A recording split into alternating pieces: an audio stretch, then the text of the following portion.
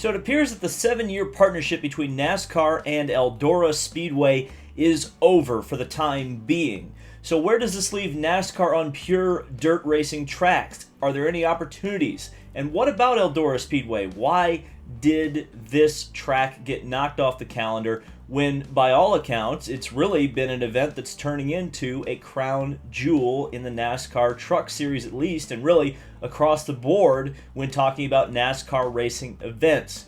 We'll talk about that and much more in today's video, but first we need to touch on a few items of racing news outside of NASCAR and the dirt racing. And the first thing I want to talk about is a personal note because it's helping out a friend of mine. If you don't know already, Braden, a USF 2000 champion and current Indy Pro driver, was injured in a crash in Indianapolis earlier this year and is planning on returning next year. In fact, I think he's got a test this week in an Indy Pro 2000 car. First time he'll be back in the seat. But he's got up for auction a one of two mini helmet of his helmet from this year. The proceeds from this auction will help him in his funding for next year. As everybody knows, funding in racing is extremely important, and he no longer has the benefit of the Road to Indy scholarship. So any bit of help he can get is greatly appreciated to continue his career. And I can say, you know, you can say I'm biased because I'm a friend, but I really do believe that Braden Eves is the real deal, and certainly go check out that auction. It is fairly high at this point, so unless you're a high roller, you're probably not going to get the mini helmet, but I would suggest at least clicking on the page and checking it out because it is a beautiful piece of art. John Hunter Nemechek is leaving Front Row Motorsports in the Cup Series, which left pretty much the entire industry scratching their heads. Where is he going to go? Is there even a spot in the Cup Series available to him? Or is there a high-profile retirement that we don't know about coming down the pipeline? We'll have to wait and see. Ware Racing continues to make headlines stating that they are working with a new manufacturer next year, but if you've been watching this channel, you already know which manufacturer that is, and it is Honda in IndyCar. Now, here is the thing.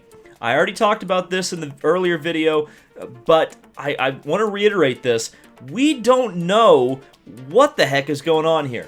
Is the Ware Racing IndyCar going to be a second Dale Coyne entry? Is it going to be a third Dale Coyne entry? Is it going to be a completely separate thing? What is going on here, and who would drive it? You would assume that James Davison would be the prime candidate because he's their Cup Series driver.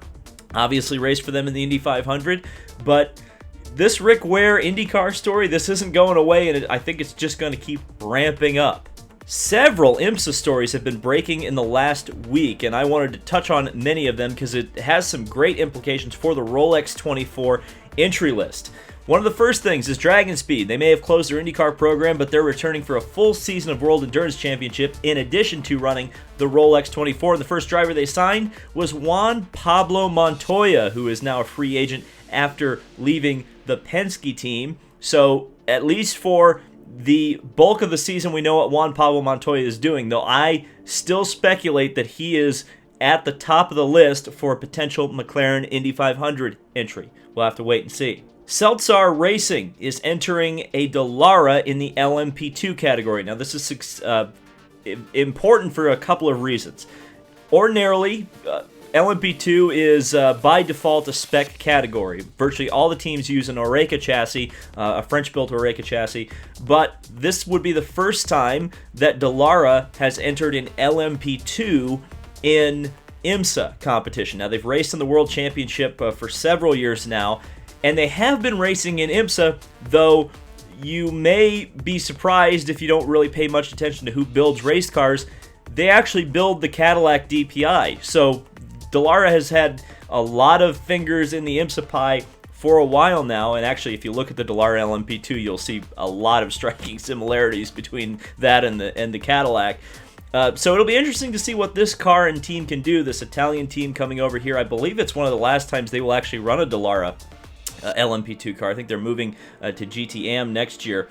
So this is kind of a farewell and an interesting note in the diversity category for the Rolex 24. Speaking of diversity, Proton Competition. We thought the GTLM Porsche program was done. Well, it was from a factory perspective, but Proton Competition bought the Core Autosport run Porsche North America cars and is going to be running one of those in GTLM, at least at the Rolex 24. So the GTLM category, at least the Rolex, isn't going to be as weak as maybe we had feared. And finally, we talked about it already, but Chip Ganassi Racing confirmed themselves that they will be racing with the Cadillac DPI in next year's IMSA series. It's just a one-car program, but it's certainly good for the strength of the grid that there's a big team like Ganassi to fill the shoes left by Penske at the end of this year. Okay, now we get to the Stern bomb.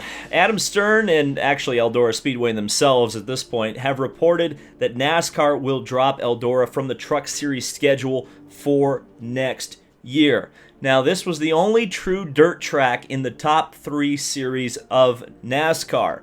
And obviously we know that Bristol is being added to the Cup calendar next year, but obviously that's a track they're going to have to truck dirt in and actually place it over the traditional asphalt pavement.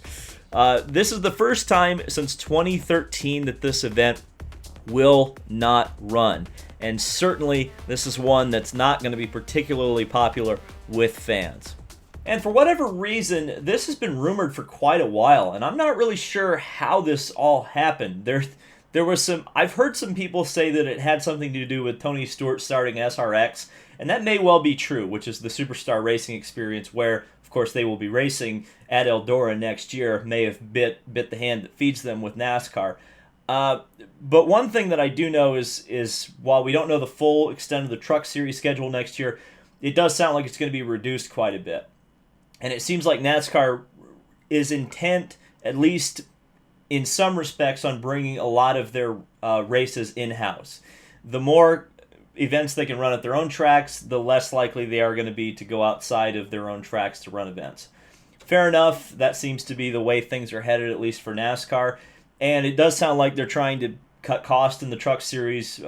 I mean, remember, a lot of the races, including Gateway, which I actually was in attendance for, that weren't a part of the Cup Series or in association with a Cup Series or Xfinity event, they actually had non-competitive pit stops to try to save money.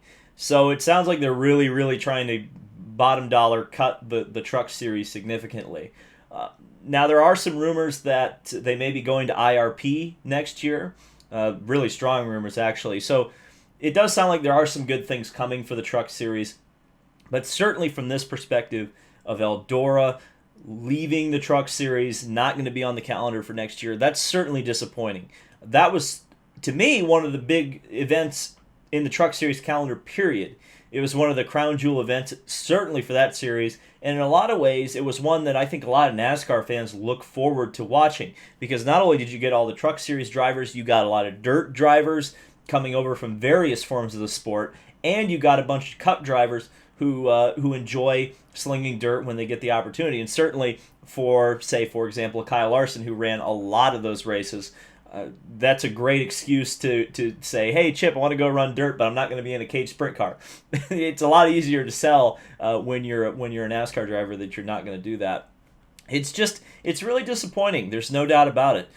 It was a really unique event. It was nice to see a pure dirt track and a legendary dirt track actually get that NASCAR treatment, and it's definitely not going to be a great replacement, I don't think, to have the Cup Series at Bristol and potentially Xfinity. Though what's interesting is I've heard that the Truck Series may not actually run the Bristol dirt race, which would really be a head scratcher. So is there another dirt track potentially on the calendar for them? It doesn't necessarily sound likely. We'll have to wait and see, obviously, because they don't have the full schedule out right now. But you'd be hard-pressed to find a better fit, one that already has that kind of big event feel, than Eldora Speedway. So certainly a disappointment for NASCAR fans. So let me know what you've thought of any of the stuff that I talked about in this video down in the comment section below. Thank you guys so much for watching. This has been David Land on YouTube. Subscribe for more motorsports news, views, and commentary. I will see you in the next video.